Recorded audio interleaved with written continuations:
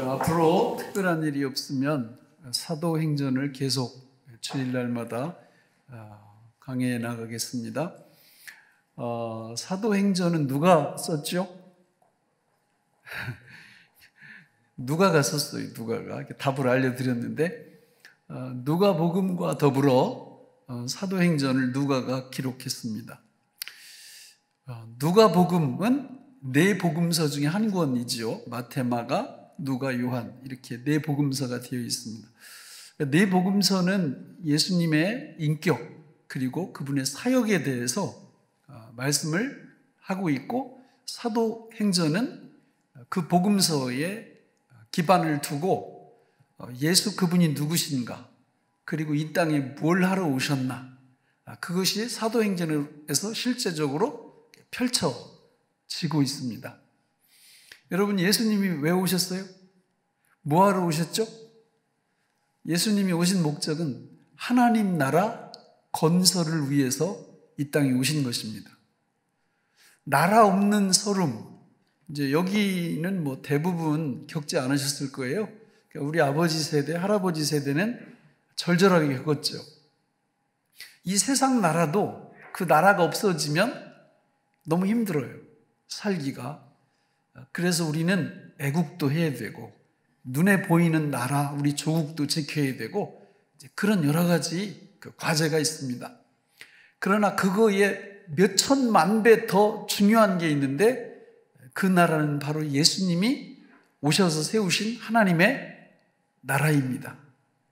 그 나라가 없으면 어떻게 될까요? 그 나라에 들어갈 수 없다면 어떻게 될까요? 그것은 꿈에조차 생각하기 싫은 거죠.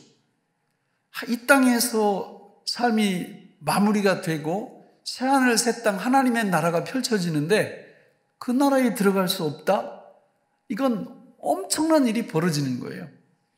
우리가 사복음서와 사도행전 요거를 쭉 놓고 보면 예수님께서 이 땅에 누구로 오셔서 어떤 일을 하셔서 그것이 사도행전에서 어떻게 하나님의 나라가 펼쳐지고 세워지고 이루어지는지를 우리한테 잘 보여주고 있다라는 겁니다. 그래서 우리가 하나님의 말씀을 이렇게 잘 귀 기울이면서 이 땅 위에서 우리 역시 구원받은 하나님의 백성들로서 어떻게 살아갈까 하는 것은 보통 중요한 이야기가 아니에요. 그러니까 사도행전은 복음서의 기초를 둔다고 그랬어요. 왜 누가복음 하나만 기록되지 않고 마태, 마가, 요한복음, 사복음서가 기록되어 있느냐면 우리 예수님이 누구신가, 또 어떤 일을 하시는 분인가에 대해서 이 복음서에 잘 설명을 해주고 있다는 겁니다. 마태복음에는 예수님이 왕으로 등장을 하세요. 마가복음에는 예수님이 종으로 등장을 하십니다. 누가복음에는 우리 예수님이 인간으로, 사람으로 등장을 하시고요. 요한복음에는 우리 예수님이 하나님으로 등장을 하십니다. 그러니까 그분이 누구시냐? 그분은 왕이세요. 그분은 종이세요. 그분은 사람, 인간이세요. 그분은 하나님이세요. 그 하나님이신, 인간이신, 종이신, 왕이신 예수님이 이 땅에 오셔서 무슨 일을 하시냐? 하나님의 나라를 세워가시는 그 일을 하신다라는 겁니다. 그래서 그 이야기가 사도행전에 쫙 펼쳐지고 있지요. 성경은 모두 66권입니다. 거의 모든 성경이 다 완성됐어요. 그런데 하나 완성되지 않은 성경이 있는데 그게 무슨 성경일까요? 사도행전입니다. 사도행전은 28장에서 끝나지만 사실은 29장부터 우리 주님 재림에 오시는 날까지 지금도 계속되고 있어요. 하나님은 그 사도행전 29장부터 주님 재림에 오시는 날까지 저와 여러분들에게 그 공간을 채우라고 말씀하고 있다라는 겁니다. 여러분, 예수님을 믿지 않는 분들은 진정한 삶의 목적을 모릅니다. 그래서 그분들의 삶의 목적을 이렇게 들어보면 간단하게 이렇게 표현할 수 있어요. 9988-234. 그게 뭐예요? 99세까지 팔팔하게 살다가 2, 3일 좀 앓다가 세상 떠나는 거. 이게 예수님을 모르는 분들의 목적입니다. 인생의 목적입니다. 그런데요, 가만히 이렇게 얘기를 하다 보면 교회 안에도 이런 분들이 되게 많아요. 기도 제목 들어보면 알 수 있고요. 그리고 이렇게 대화를 하다 보면 알 수 있어요. 이분도 9988234네. 그러니까 이런 생각이 이렇게 많이 들어가는 분들이 있습니다. 절대 그렇지 않거든요.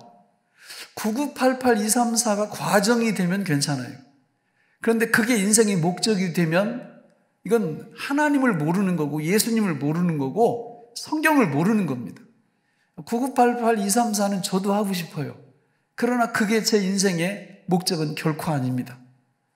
우리 모든 구원받은 하나님의 백성들의 인생의 목적은 그게 아니고요.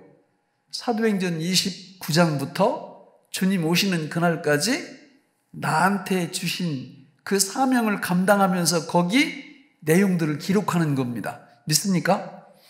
예수님의 승천부터 예수님의 재림까지를 살아가는 이 시대를 교회 시대라고 불러요. 우리는 그 교회 시대의 일원으로 하나님께 부름받은 것입니다. 영광스럽게도. 하나님께서 우리에게 주신 사명은 아주 쉬운 말로, 그리고 우리 피부에와 닿는 말로 표현하면 양식이에요. 양식, 먹는 거. 그러니까 하나님께서 예수님이 오셔서 하나님의 나라를 세우는 일을 하셨고 지금도 하고 계시는데, 바로 먼저 예수 믿은 저와 여러분들에게 그 사명을 똑같이 주셨다라는 겁니다. 그래서 우리들도 하나님 나라 건설의 동역자로 부름받았는데, 그 하나님 나라 세우는 그 일을 하는 게 사명이지만 사실은 그게 뭐라고요? 양식이에요. 너무 맛있는 양식이에요. 그러니까 이걸 진짜 먹어보면 이 안에서 뭔가 확 일어나요. 뭔가 확 바뀌어요. 언제 그런 바뀜이 일어나느냐? 지금 이 시간에. 여러분 마음속에 제 1번 최고의 관심사, 이걸 한번 체킹해 보세요. 점검해 보세요. 우리 사업장 요즘 어려운데 그거 일어나는, 이게 마음에 첫 번째 와 있다. 성도는 그러면 안 됩니다. 우리 자식들이 이번에 결혼도 해야 되고 또 결혼했는데 퇴임문도 좀 열려야 되고, 이런 게 첫 번째 와 있다. 여러분 인생 지난해져요. 고단해집니다. 생생함이 없어져 버려요. 주님은 분명히 말씀하셨죠. 너희는 먼저 그의 나라와 그의 의를 구하면 나머지 다 책임져 주겠다. 사도행전은 1장 8절이 주제 구절이에요. 우리 같이 한번 읽어보실까요? 시작.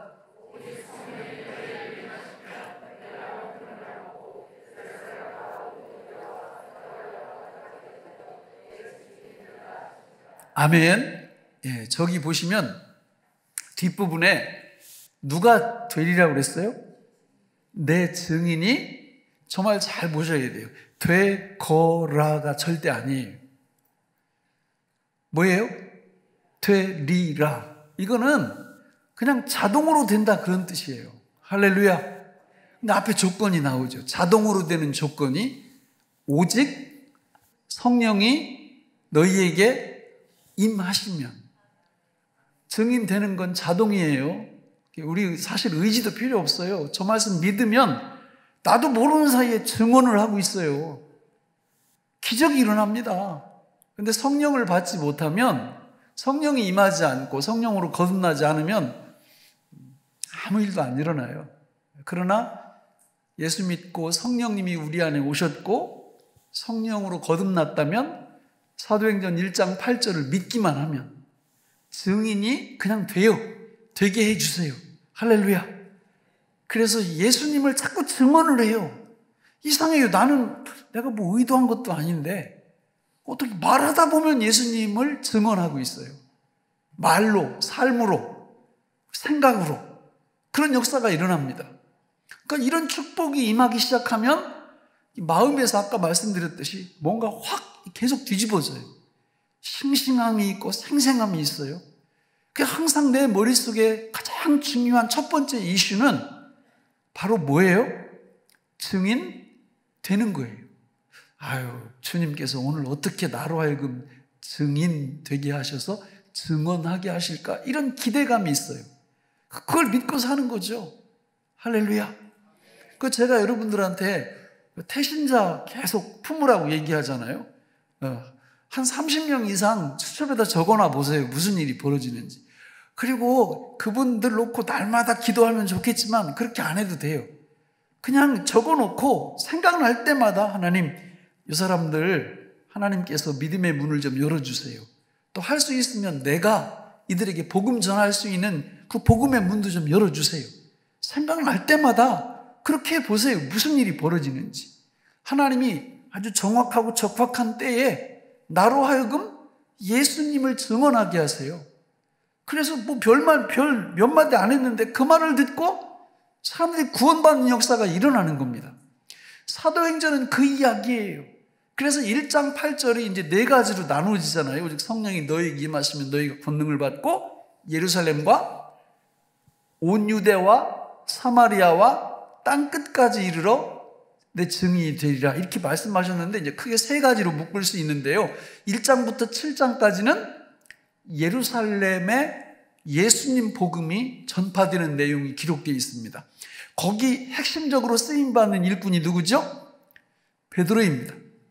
그리고 8장부터 12장까지는 온 유대와 사마리아의 예수님 복음이 막 증언되고 증인이 막 되는 역사가 일어나요. 거기는 누가 주도적으로 쓰임받아요? 역시 베드로도 쓰임받고 빌립 집사님도 쓰임받고 사도행전 9장에서는 그 위대한 사도 바울이 강제로 회심을 당해가지고 여러분 성경을 읽다 보면 이게 너무 하나님은 하나님 나라 세워가시는데 절대 실패 안 하세요. 우리 교인들이 그냥 전도에 관심 아무것도 안 가져도요 하나님의 나라는 거뜬히 세워져 갑니다. 할렐루야.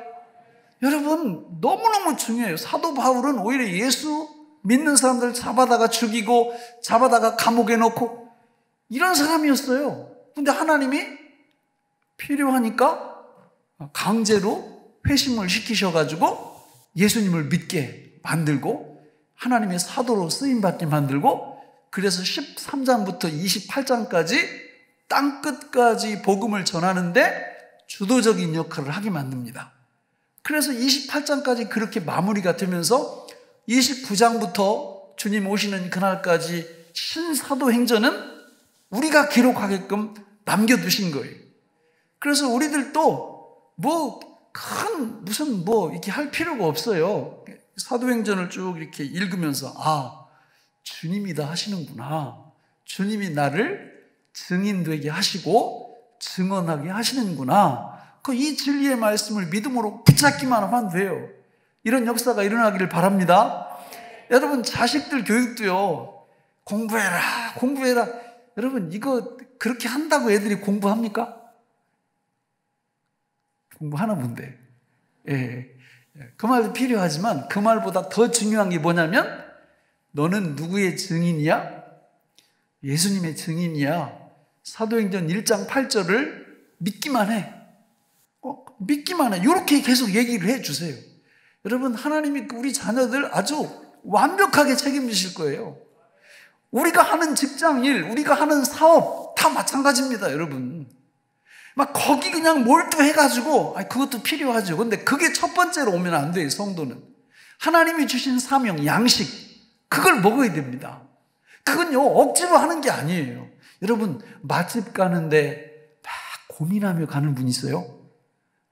이거 오늘 거기 가서 또 그걸 어떻게 먹냐, 그 맛있는 거를 먹기 싫어 죽겠는데 이 앞뒤가 안 맞잖아요. 어떤 사람은요 돈이 좀 있고 막 이러니까 시간도 있고 그러니까 아침에 딱 태국으로 점심 먹으러 비행기 타고 갔다 와요. 근데 거기 맛집 찾아가면서 막 인상 찌푸리면서 내가 이게 가기 싫은데 이러고 가는 사람 봤어요? 그게 아니에요. 그 먹을 기대감에 있어서 그 기대감을 갖고 이렇게 가잖아요. 복음 전도도요 양식이라니까요. 그걸 한번 해보시면 이게 무슨 말인지 알아요. 삶 자체가 확 뒤집혀져요. 우리 마음속에 하나님 나라 세우는 내가 동역자다. 그런데 내 힘으로 할 수 없어서 이 땅 위에 누가 오신다고요? 성령님이 오시는 거예요. 그러니까 그분이 다 도와주시는 거예요. 그분이. 믿습니까? 너무 쉬운 거예요. 그런데 사람들이 믿질 않아요, 이거를. 믿질 않아. 되리라, 이걸 안 믿는다고요. 그리고 어떤 분들은 되거라로 받아들여가지고 그걸 하려고 막 이렇게 애를 써요. 사실은 그렇게 해도 괜찮긴 하더라고. 되거라로 받아들여가지고도 막 열심히 내면 그 위에도 성령께서 역사를 해주시는데 1장 8절의 말씀은 되거라가 아니에요. 되리라. 성령이 우리한테 오셨으면 증인되는 거는 자동이다. 믿기만 하면 된다. 할렐루야. 이런 놀라운 역사가 우리 삶 속에서 일어나면 그때부터 성령님이 내 안에서 일하기 시작하시죠. 성령님이 누구십니까? 하나님이세요. 삼위 중에 제3위 하나님이시라고요. 이사야 11장 2절에 보면 그 성령님을 일컬어서 어떤 분이라고 그래요? 그의 위에 여호와의 영 곧 지혜와 총명의 영이요 모략과 재능의 영이요 지식과 여호와를 경외하는 영이 그의 위에 강림하시리니. 이 6가지 특징을 가진 성령 하나님이 처음에는 예수님께 강림하셨고 그 성령님이 누구에게까지 오셨어요? 저와 여러분들 안으로 들어오셨다니까요. 제가 늘 하는 말, 여기 프랭카드 시에서 이렇게 붙이는데 보면은 갓 신내림. 왜 이렇게 그 신들은 그렇게 이 사람 저 사람한테로 이렇게 찔끄덕 내리는지 모르겠어요. 그리고 뭐 앞을 알아맞춘다나? 그다 사기꾼들. 아니 진짜 앞을 알아맞힐 줄 알면 아니 무당집을 왜 차려? 그냥 평택역에 가서 딱 얼굴 보고 몇 글자만 찍어줘요. 이틀 후에 당신 요런 일 생길 거야. 딱 이렇게 만나가지고 3일 후에 당신한테는 요런 일 생길 거야. 여러분 오지 말라고 해도 구름대처럼 몰려들지 않겠어요? 다 알아맞혀주는데. 그런데 조금은 뭔가 알더라고, 이 귀신들이 이렇게. 그거요, 성령 받는 우리 성도들을 이렇게 흉내내는 거예요, 흉내. 모방하는 거예요. 여러분, 전능하신 하나님이신 성령님이 예수 믿는 저와 여러분들 심령 속에 들어오신 줄로 믿습니다. 사도행전 1장 2장에 보면 12사도 중에 가룟 유다가 골이 났죠. 그죠? 자살했잖아요. 그래서 예루살렘 교회가 한 명의 사도를 보선을 합니다. 그러니까 대신 뽑는 거예요. 가룟 유다 대신. 왜 뽑냐? 이유가 있어요. 다음부터는 절대 안 뽑아요. 그 사도가 죽든 뭐 감옥에 갇히든 천국에 가든 절대 뽑지 않고 그때만 뽑아요. 이유가 뭐냐면 12를 마치기 위해서예요. 왜? 12은 이게 완전수고 교회 숫자예요. 교회 숫자. 교회 숫자가 갖추어진 이 상태에서 누가 오게 하시려고? 성령님이 강림하게 하시는데 반드시 교회 위에 강림하신다는 사인이에요. 그래서 한 명을 보선을 하는 겁니다. 그리고 초대교회 보면은 막 성령의 역사가 일어날 때 보면은 막 기도할 때 그 숫자가 거기 나오죠. 몇 명이 모였을 때? 120명. 12 곱하기 10이잖아요. 많다는 뜻. 또 저 요한계시록 14장에 보면 14만 4천 명 교회 숫자가 나오는데 그것도 역시 12와 관련이 되어 있죠. 구약의 12지파 12, 신약의 12사도 12 곱하면 144 곱하기 많다는 것 1000을 곱하면 14만 4천 명이 되는 거죠. 성령께서 이 땅에 오실 때 개인한테 오신 게 아니고 어디 위에 오셨어요? 교회 위에 오신 거예요. 교회 위에. 그래서 지금 저와 여러분들이 교회잖아요. 예수 믿고 성령으로 거듭났다면 우리 안에도 지금 누가 계시다고요? 성령님이 계신 거예요. 믿습니까? 이걸 믿으란 말이죠. 성령님, 내가 보혜사를 믿습니다. 이 고백을 하시라는 거죠. 이 고백을 하게 될 때 성령님은 우리 안에 들어오셔서 뭘 하세요? 교회를 세우세요. 하나님 나라를 세우세요. 우리 구원을 위해서 그분이 일해 주신다고요. 이걸 믿어야 되는 거예요. 기독교 신앙은요, 눈에 보이는 걸 믿는 게 아니에요. 우리가 믿는 것은 보이는 것이 아니요, 보이지 않는 하나님을 믿는 것이고 그분의 약속의 말씀을 믿는 거예요. 그래서 이 교회가 뜨거워지고 신앙이 뜨거워지면 대부분 성도들이 눈에 보이지 않는 하나님과 그분의 말씀을 견고하게 붙잡기 시작해요. 눈에 보이지 않고 손에 잡히지 않고 귀에 안 들려도 상관없어요. 하나님의 말씀을 붙잡는 그 힘이 강해지기 시작하는 거죠. 그게 믿음의 역사입니다. 여러분, 성령님이 이 땅 위에 오시면서 저와 여러분들이 진짜 우리가 할 수 있는 일, 할 줄 아는 게 뭐 있어요, 여러분? 제가 볼 때는요, 죄 짓는 것밖에 없어요. 그렇지 않아요?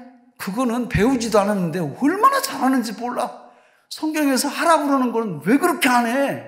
하지 말라는 건 또 왜 그렇게 잘해? 그게 우리예요, 우리. 그런데 이런 우리를 하나님이 성령님을 보내셔서 우리 안으로 오게 하셔서 하나님 나라를 세워가는데 동역자로 저와 여러분들을 쓰신다는 거예요. 그게 사도행전 1장 8절의 말씀이고 사도행전 전체 속에서 그거를 증명해 나가는 것입니다. 따라서 오늘 우리들도 마찬가지예요. 이 땅 위에서 왜 사냐? 9988-234 그게 내 인생의 목적이다 이러면 진짜 아니에요. 그거는 교회 다니는 분이 그런 목적 갖고 있다면 불행한 거예요. 하나님 말씀을 너무 몰라서 그래요. 교회 다니는 분들은 우리의 인생의 목적은 성령님, 예수님이 하시는 그 성전 건축에 하나님 나라 세움에 동역자로 우리는 이 땅 위에서 쓰임받다가 하나님 나라에 영광스럽게 동참한다. 이게 돼야 됩니다. 할렐루야. 그래서 이 땅 위에 성령님이 교회 위에 오시는 거예요. 근데 성령님이 오실 때 그냥 오시지 않고 뭘 갖고 오셨어요? 사도행전 2장에 보면 방언을 갖고 오셨어요. 방언을 그냥 오신 게 아니에요. 이거는 굉장히 중요한 구속사적인 의미가 있습니다. 흔히 우리가 방언을 이렇게 분류를 하면 대신 방언, 대인 방언으로 나뉘죠.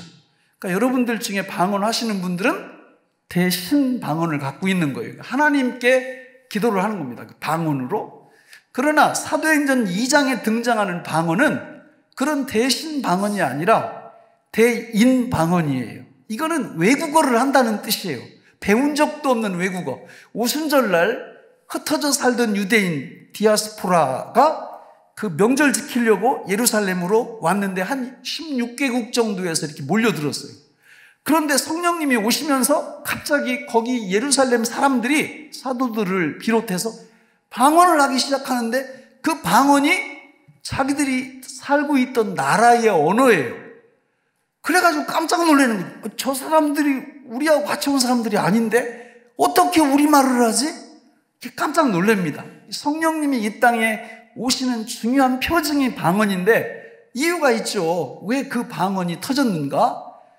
창세기 11장에 보면 하나님께서 노아와 무지개 언약을 이렇게 맺고 뭐라고 얘기를 하시냐면 전 세계에 흩어져서 생육하고 번성해라 이런 명령을 창조 명령처럼 아담과 하와에게 주셨던 명령처럼 똑같이 주십니다. 그런데 이 노아의 후손들이 조금 퍼져나가다가 시날 평지 바벨론이라는 지역에 딱 이르러서 보니까 너무 토지가 물 좋고 땅 좋고 아무튼 뭐 너무너무 좋은 거예요. 그러니까 이 사람들이 딱 가다가 멈추고 우리 여기서 우리끼리 짝짝꿍 하면서 우리끼리 살자 이렇게 말을 한 거예요. 그리고는 바벨탑을 세우기 시작합니다. 왜 바벨탑을 세우느냐? 지금도 전 세계 돌아다니면서 본 이 대륙마다 홍수 설화가 있어요. 옛날에 이 대륙에 홍수가 있었다는 설화가 지금도 있는데 노아의 홍수겠죠. 그게 구전돼가지고 이제 그렇게 얘기하는 건데 이 노아의 후손들이 무지개 언약을 믿지를 않는 거예요. 노아와 맺은, 자기 조상과 맺은 무지개 언약의 핵심이 뭐예요? 내가 다시는 하나님께서 말씀하시길 내가 다시는 물로 멸망시키지 않겠다. 이게 무지개 언약의 핵심인데 이 사람들이 그걸 못 믿는 거예요. 다시 또 홍수가 온다면 우리가 어떻게 살지? 그거는 아라랏산, 그 당시에 최고 높았던 산보다 더 높은 탑을 쌓으면 되지. 더 높은 성을 쌓으면 되지. 이래서 그 바벨탑을 쌓기 시작하는 겁니다. 그러니까 그걸 하나님이 다 보고 계시다가 하나님이 진노하시고 하나님이 징계하시고 심판하신 그게 뭐를 흩어버려요? 언어를 흩어버리는 겁니다. 그러니까 구음이 언어가 하나였는데 하나님이 내려오셔서 탑을 못 쌓게 방해하시려고 하나님이 심판하신 그게 여러 언어로 흩어버린 거예요. 그래서 말이 통하는 사람끼리만 되니까 탑을 더 이상 못 쌓고, 그리고 이 사람들끼리, 통하는 사람끼리 흩어지게 됐는데, 그 흩어졌던 구음이, 언어가 하나로 통합되는 상징적인 역사가 성령님의 오심이고 사도행전 2장에 나타나는 방언이라 그 말입니다. 그래서 그 방언의 역사는 성령님이 이 땅에 오셨다라는 분명한 증표가 되는 것이지요. 예수 그리스도의 재림이 얼마 남지 않았다라는 그 희망의 상징, 희망의 사인이 방언이 되는 것입니다. 그 성령님이 이 땅에 오시면서 무슨 일을 한다고요? 성부께서 구원을 계획하시고 성자가 실행하신 그 구원 실행을 성령님이 적용하시면서 하나님의 나라를 본격적으로 세워나가시는 일을 누가 하신다고요? 성령님이 하시는 겁니다. 누굴 통해서요? 저와 여러분들을 통해서요. 저와 여러분들이 누군데요? 우리가 성전이잖아요. 우리가 하나님의 백성이잖아요. 우리는 이 진리를 믿기만 하면 하나님이 그 수단과 방법을 하나님의 수단과 방법으로 우리를 통해서 하나님의 나라를 세워나가는데 우리를 동역자로 세워주시는 줄로 믿습니다. 그래서 우리가 이 진리를 딱 붙잡고 있으면 됩니다. 그러면 하나님이, 성령님이 우리 안에서 우리를 사용하셔서 하나님의 일꾼 되리라, 이걸 성취해 나가시는 거예요. 여러분, 골로새서 1장 23절에 보면 아주 중요한 말이 나오거든요. 같이 한번 읽어보실까요? 시작. 만약 믿음에 거하고 터 위에 굳게 서서 너희들은 바 복음의 소망에서 흔들리지 아니하면 그리하리라. 이 복음은 천하 만민에게 전파된 바요 나 복음의 일꾼이 되었노라. 무슨 일꾼이 됐다고요? 복음의 일꾼. 그런데 저 두 절 뒤에 보면 또 중요한 말이 또 하나 나옵니다. 같이 읽어볼까요? 시작.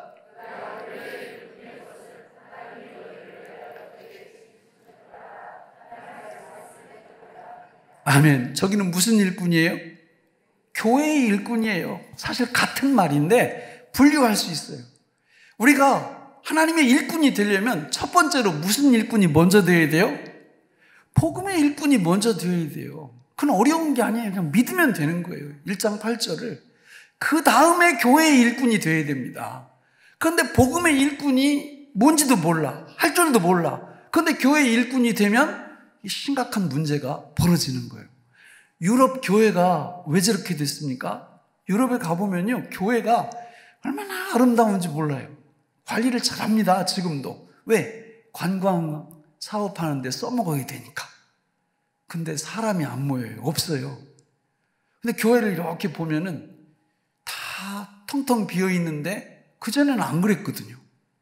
그전에 왕성하고 부흥하고 이럴 때 어떤 역사가 있었느냐? 모든 성도들이 다 무슨 일꾼이에요? 복음의 일꾼이에요. 복음의 일꾼. 우리 한국도 마찬가지입니다. 어제 우리 이제 매년 그 연초에 어린이 전도협회에서 우리 교회 저 밑에서 이제 그 교사 세미나를 하거든요. 그래서 어제 그 이제 가서 그 목사님한테 얼마나 왔는지 이렇게 보고 들어가 봤더니 작년, 재작년에 비해서 3분의 1밖에 안 왔어요. 선생님들이.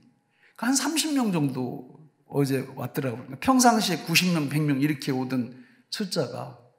그러면서 이 목사님이 한 걱정하시는 거예요. 지금 교회들마다 주일학교 자체가 없어져 버린다는 거예요.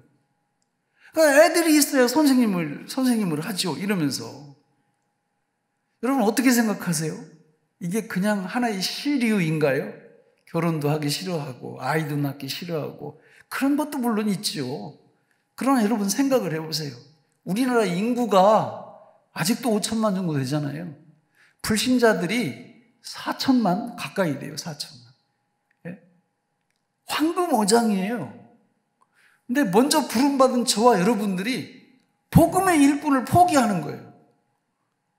그리고 그 왜 살아요? 이렇게 물으면 9988-234요. 제 목적은 아니, 교회 예수님 믿는 분들이 이렇게 말하면 안 되죠. 그럼 성령께서 사용하지 않으세요. 나를 복음의 일꾼으로 써주신다고 했으니까 저는 그 진리를 믿습니다. 사도행전 1장 8절을 믿습니다. 이렇게 하셔야 되거든요. 근데 그렇게 하려면 비결은 딱 하나입니다. 무슨 충만? 그렇죠. 성령님이 이 땅에 오셨는데 그 성령님의 지배를 받는 성령 충만함이 우리에게 있으면 자동으로 그분이 나를 동역자로 세우실 거 아니에요. 할렐루야. 그래서 우리가 이 땅 위에서 정신 바짝 차릴 거는 그냥 뭐 충만만 받으면 된다? 성령 충만만 받으면 됩니다. 할렐루야. 그러면요, 다른 거 정말 걱정할 게 없어요. 걱정 정말 많죠. 걱정거리가. 그러나 우리가 복음의 일꾼이 딱 이렇게 되고 그 일꾼으로 믿음으로 늘 서 있으면 걱정할 필요가 없어요. 성령 충만하면. 근데 사도행전에 보면 이 성령 충만을 다른 용어로 표현해요. 두 가지로. 자, 우리 따라서 한번 해볼까요? 첫째는 말씀 충만. 이게 성령 충만이에요. 두 번째는 기도 충만. 기도 충만이 성령 충만이에요. 그러니까 성령 충만하려면 말씀 충만, 기도 충만 되면 자동으로 성령 충만이 된다 그 말이죠. 우리 성경 구절 몇 구절 찾아보겠습니다. 말씀 충만에 대해서 사도행전 6장 7절부터 28장 31절까지 한 6구절을 여러분 쭉 같이 한번 읽어보겠습니다. 시작. 하나님의 말씀이 점점 왕성하여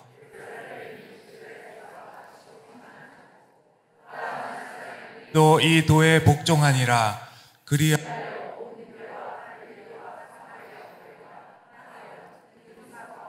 주를 경외함과 성령의 의로로 진행하여 수가 더 많아지니라.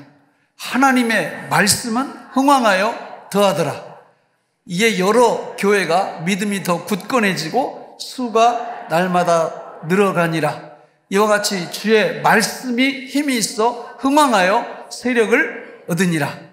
하나님의 나라를 전파하며 주 예수 그리스도에 관한 모든 것을 담대하게 거침없이 가르치더라. 다 말씀과 관련된 거예요.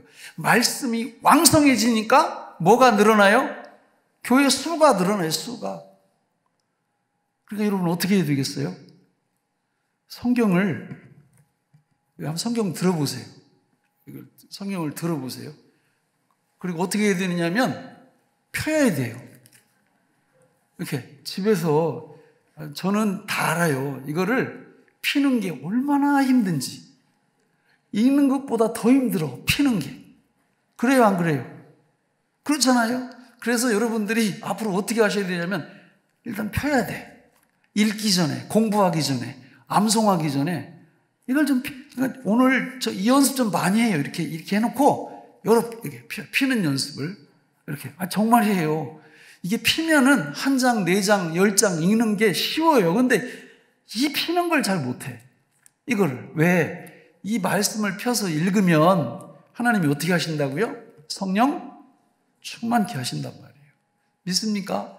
제 말이 아니고 사도행전에서 지금 증명이 되잖아요.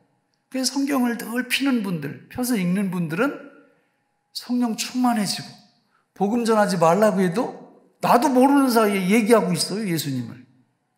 이런 역사가 일어나는 거죠. 두 번째 성령 충만은 무슨 충만이라고 그랬어요? 기도 충만이라고 그랬어요. 여러분, 말씀과 기도가 뭐의 수단이에요? 은혜의 수단이에요. 그래서 은혜 충만, 성령 충만, 전도 충만 다 같은 얘기예요. 여러분, 이 사도행전에는 기도에 대한 구절이 한 30번 나오는데요. 그 중에 기도하고 오로지라는 말이 붙어있는 말이 3번이나 나오는데 그거 한번 읽어볼까요? 3구절만. 자, 같이 읽겠습니다. 시작. 여자들과 예수의 어머니 마리아와 예수의 아우들과 더불어 마음을 같이하여 오로지 기도에 힘쓰더라. 그들이 사도의 가르침을 받아 서로 교제하고 떡을 떼며 오로지 기도하기를 힘쓰니라. 우리는 오로지 기도하는 일과 말씀 사역에 힘쓰리라 하니. 여러분, 기도는 대충 하면 안 돼요. 어떻게 해야 돼요? 오로지 하셔야 돼요. 오로지 하는 기도는요, 기도에 나오는 거죠. 핑계 안 대고. 꼭 필요하면 안 나와도 돼요. 그런데 교회가 왜 존재하는데요? 하나님이 이 성전, 예수님이 하나님의 이 성전은 뭐 하는 곳이다? 기도하는 곳이라 그랬잖아요. 여기 오셔야 돼요. 그래야 기도를 오로지 잘할 수 있어요. 그렇게 오로지 기도하다 보면 어떤 역사가 일어난다고요? 성령 충만의 역사가 일어날 수밖에 없어요. 여러분, 은혜의 수단인 말씀과 기도는요, 생명과 아니면 선악과예요. 여러분, 말씀을 계속 읽다 보면 어떤 역사가 일어나요? 생명과를 먹는 역사가 일어납니다. 선악과가 무슨 뜻이에요? 네가 뭐 되라? 하나님 되라잖아요. 말씀 읽으면 너 하나님이 아니라는 말이 계속 나오거든요. 그래서 말씀 읽다 은혜 받는 이유는 그렇지, 내가 하나님 아니지? 내가 하나님의 종이지? 하나님의 아들이지? 이러면서 성령 충만, 은혜 충만이 임하는 거예요. 기도도 마찬가지입니다. 기도의 뜻이 뭐예요? 나 혼자 살 수 없다잖아요. 그래서 기도가 생명과가 되는 겁니다.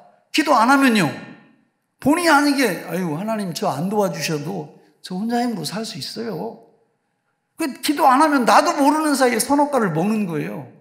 그러나 기도하면 하나님이 도움 없이는 저는 못 삽니다. 이 고백을 기도 자체가 하고 있는 거거든요. 그래서 기도 자체가 생명과가 되는 거예요. 말씀을 맺겠습니다. 터키, 튀르키예, 또 시리아 저 상황을 보면서, 또 우즈베키스탄 저 전쟁의 참상을 보면서 정말 안타까워요. 눈으로 보이는 상황도 안타깝고요. 근데 더 안타까운 게 있는데, 지금 그 지역 전체가 다 누구를 안 믿어요? 예수님을 안 믿어요. 사실 우리들도 100년 정도 지나면 여기 남아있을 분 아무도 없어요. 어떻게 죽든지 우리도 다 죽을 겁니다. 그러나 한 번 죽는 것은 정하신 것이지만 그 죽음 이후에 우리가 하나님의 품에 안겨서 우리가 평소에 세워놓은 그 하나님의 나라에 들어갈 거냐 못 들어갈 거냐, 이게 중요한 게 아니에요. 그러니까 저분들이 너무 안 된, 육신적으로도 안 됐지만 죽음 다음에 저분들이 갈 곳이 어디예요? 그게 너무 마음이 아픈 거죠. 성경에 다 예언되어 있어요. 기근과 지진과 전염병, 칼과 지진과 전염병, 이건요 피할 수 없어요. 앞으로 계속될 거예요. 주님 오시는 그날까지. 하나님께서 우리한테 주신 사명, 주신 양식 다른 게 아닙니다. 여러분, 되리라, 이 진리의 말씀을 믿고 복음의 일꾼들 되시면 이 험악한 세상 속에서도 우리가 절망하지 않고 생생한 가운데 살아가게 될 줄로 믿습니다. 기도하겠습니다. 하나님 아버지, 오늘 우리에게 주신 이 말씀이 생명의 양식이 되게 하여 주옵소서. 예수님의 이름으로 간절히 기도하옵나이다. 아멘.